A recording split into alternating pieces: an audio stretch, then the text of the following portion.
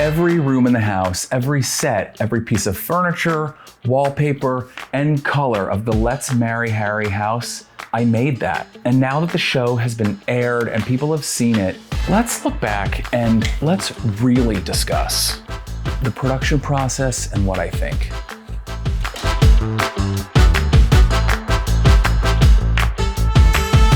The original vision for Let's Marry Harry was to replicate like a Bachelor for Netflix. And so it was gonna be a epic romantic adventure story for Netflix. And so it was interesting that I was also doing The Bachelor at the same time as Let's Marry Harry. They both turned out to be incredibly different productions. A lot of the decisions for Let's Marry Harry were budget driven versus creative, but that's also to say that when you are given restrictions, you have to be really creative. So Let's Marry Harry was a product of working with what was allowed for us and being resourceful.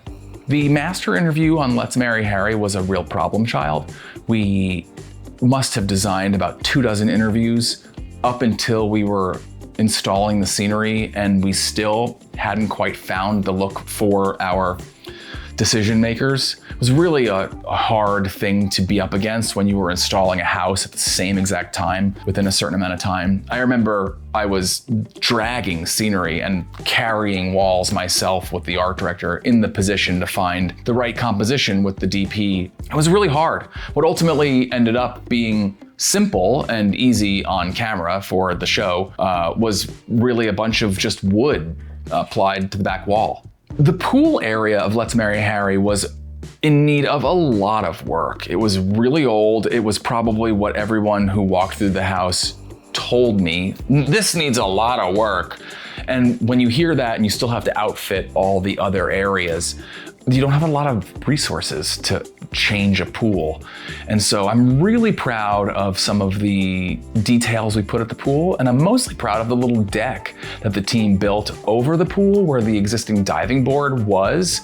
I had to collaborate with an interior designer for Let's Marry Harry, and that was really difficult. I had a really difficult time with the collaboration, and not from a creative standpoint, because I have worked with other collaborators before, creative directors, consultants, etc., who are, not by request, put on me from client relations. And in particular, this was hard because, not that she wasn't a lovely woman, but because of my ego. Lindsay was responsible for an interior style that her client, Alex Cooper, really liked. I disagreed looked good on camera. I thought Netflix, and what I heard Netflix want, was color, romance, saturation, whimsical storytelling. And Lindsay's aesthetic, who Alex Cooper was her boss, and who is the president of Unwell and the host of Call Her Daddy and a pretty well-known celebrity talent, was really attracted to neutrals, farmhouse style,